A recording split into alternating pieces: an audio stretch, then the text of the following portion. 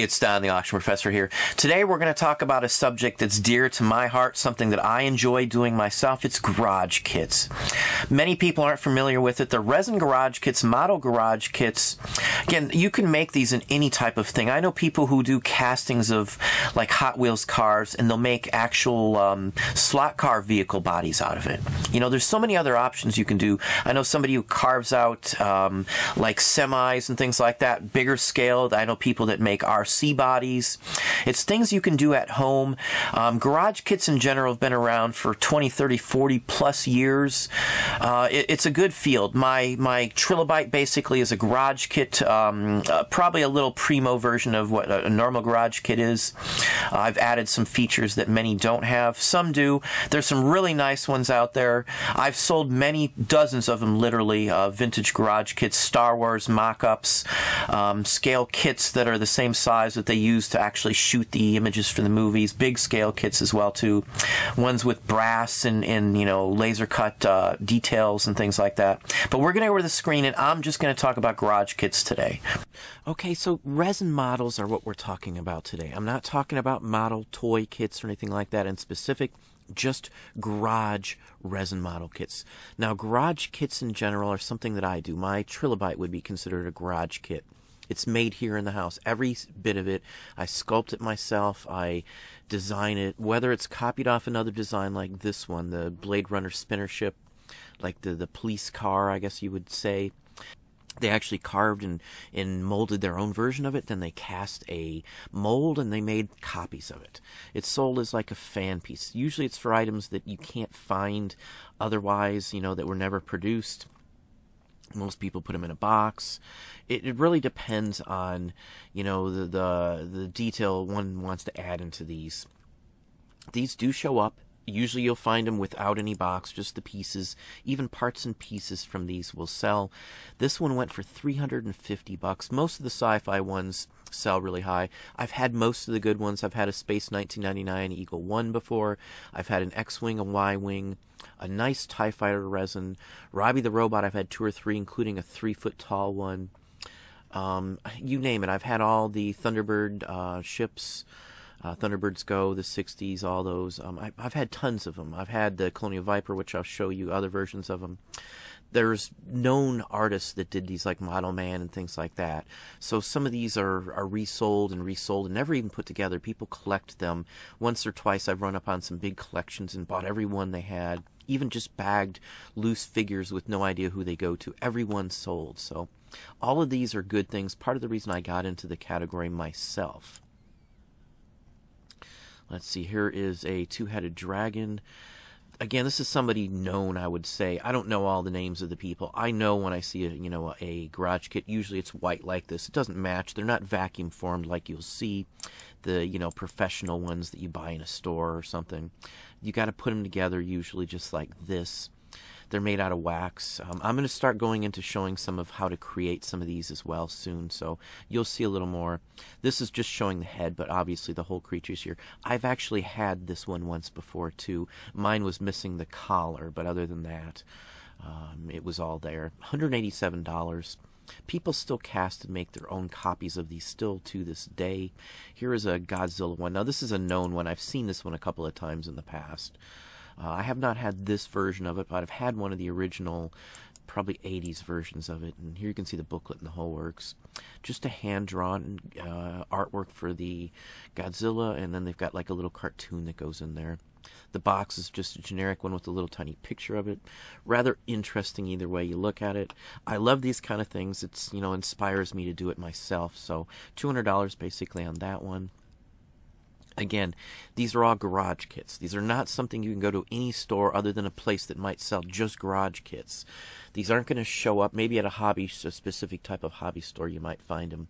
But somebody designed this at their house, in their garage, made molds, and then cast their own figures. That's what this is. These are fanzines again. They're sites that are just dedicated to fan-made material like this.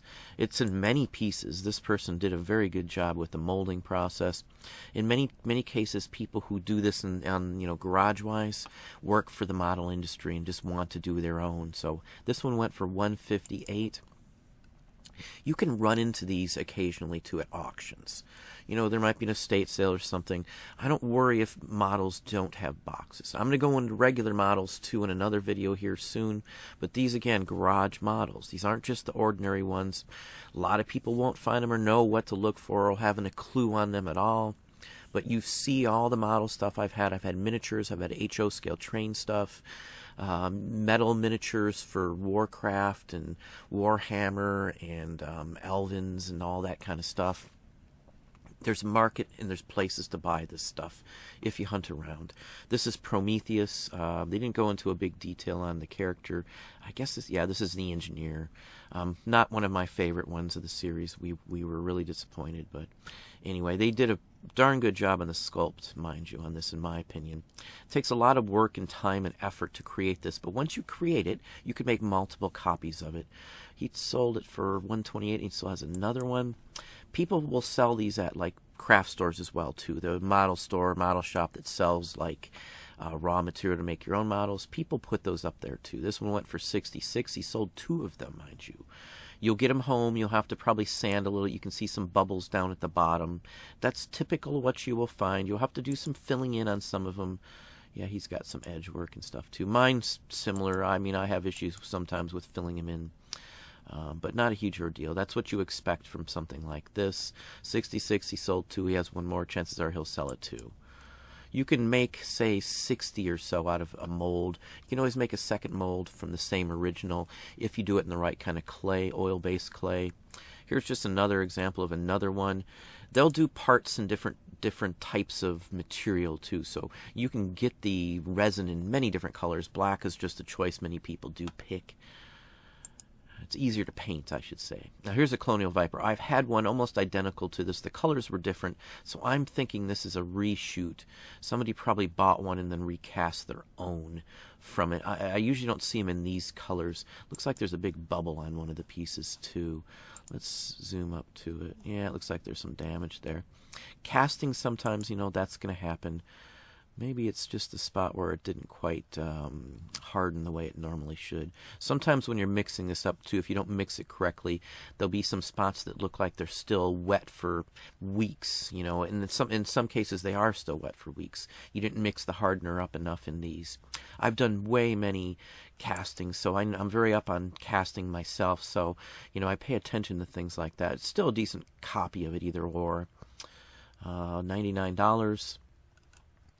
Now here's another example of a garage kit. Now I see stuff like this occasionally.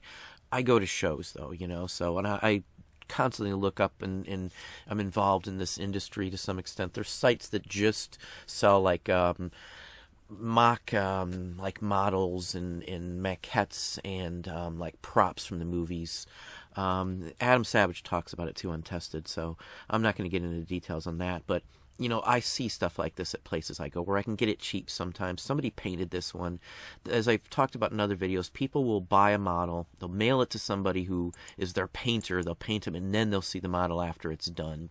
So some of the ones I've sold, I sent to somebody else, and then from there, that person painted them up and then sent them to the person who bought them from me, actually.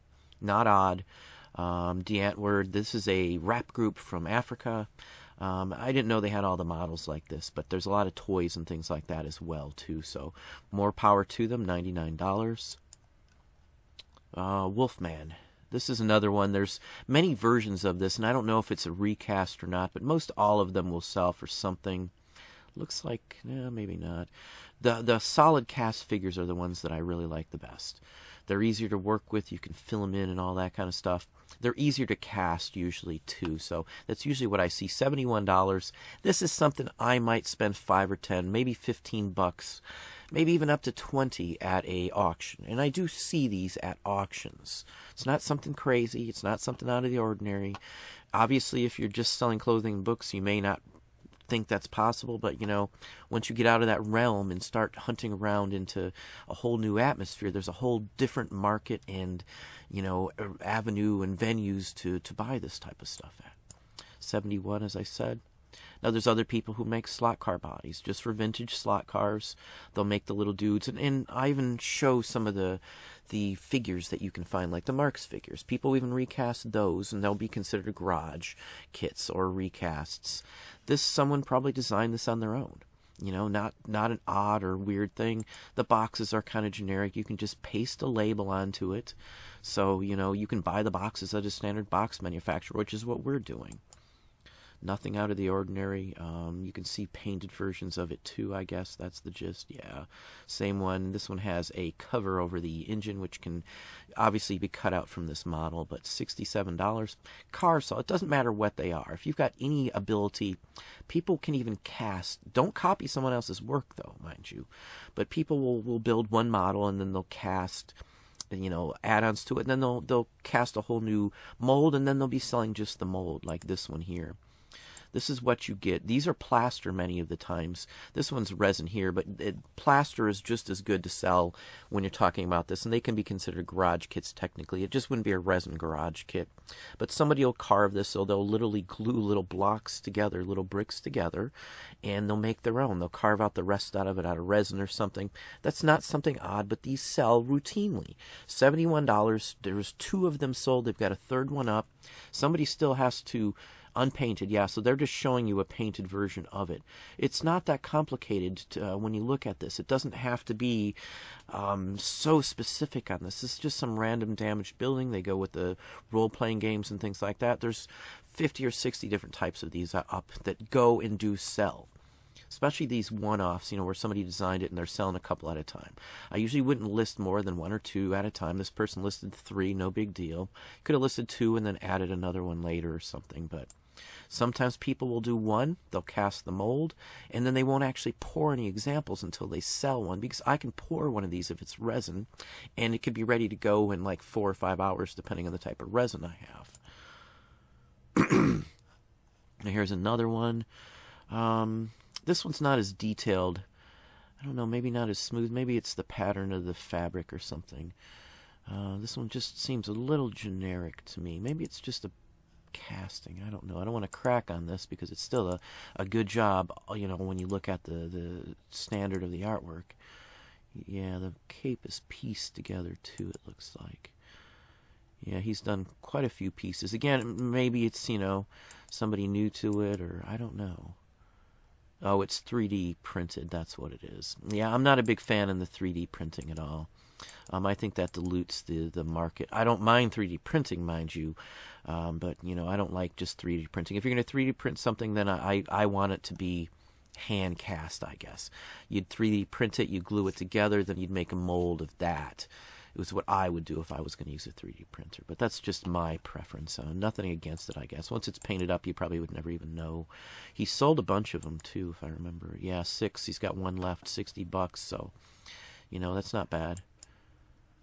Predator. Now, this person's got some talent. This one's, you know, pretty neat. I didn't pay attention to who they are, who made them. It's not the point. It's a really nice one, honestly, though. This is probably a toy maker. It reminds me of, you know, some of the better toy companies, Sideshow or something, I guess.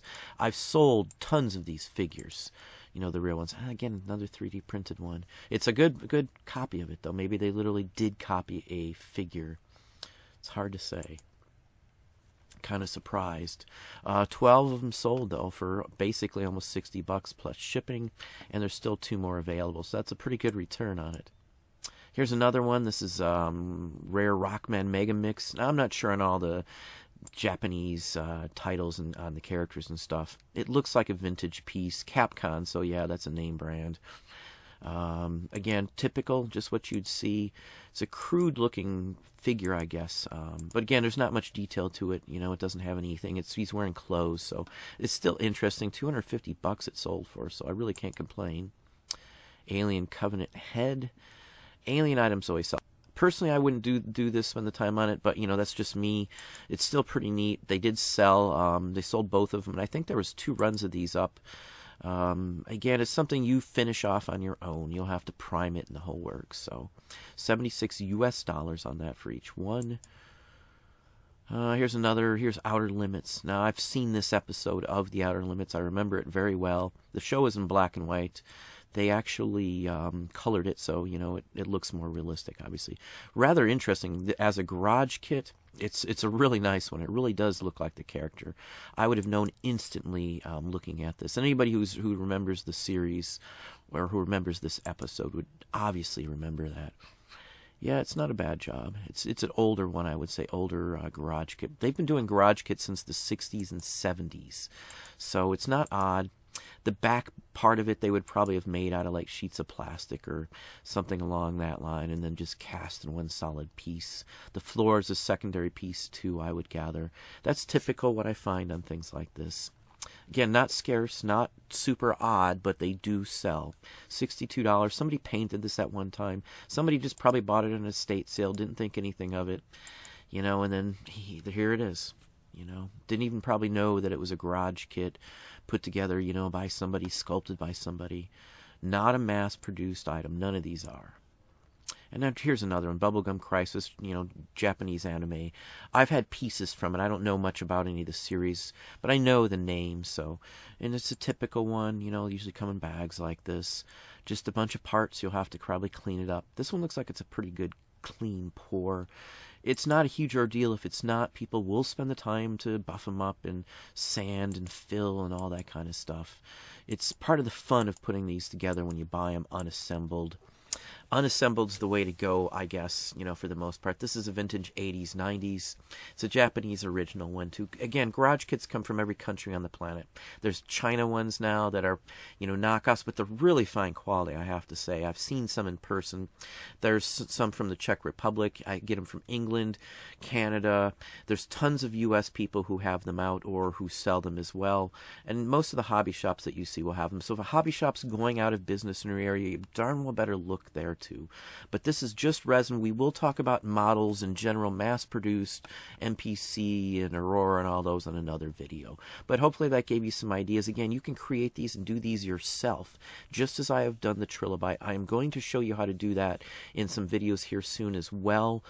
Just putting some material together. I've got a new lens we spent some money on, we invested in, so hopefully we can get some better quality videos that look more high def and better quality for everybody, so you can see what we're doing without, you know, the washing out and such forth. But anyway, that's what I have for you today. Well, there you go. There's an area that I've always loved. I create our own now these days. I'm not going to stop doing it. We've sold every one that we've ever done to completion. So, you know, it may not be a ton of money, but I do make good money on it. I can create it at the house. You can sell other people's. You can look for them. They do show up at shows. They do show up at auctions. There's just so many different areas to sell in these days. There's so many different opportunities for new markets, new people, even just globally wise. A lot of people overseas buy things like this as well too. So, you know, many different countries. Japan, I have a big market in too. Australia, England. So it just depends on what you're selling and what you're into, what you can find. Again, all this stuff is stuff that I have found, and not just found because I'm something special, but found because I've looked. I've went over and above. I've looked in every source: flea markets, antique malls, auctions, wherever you can think of. I've looked there. So anyway, that's what I have for you today. Hopefully you enjoyed the video. If you did, please hit the like button down below. You can also hit the bell icon to be notified when I post new content or go live. Subscribe and tell a friend.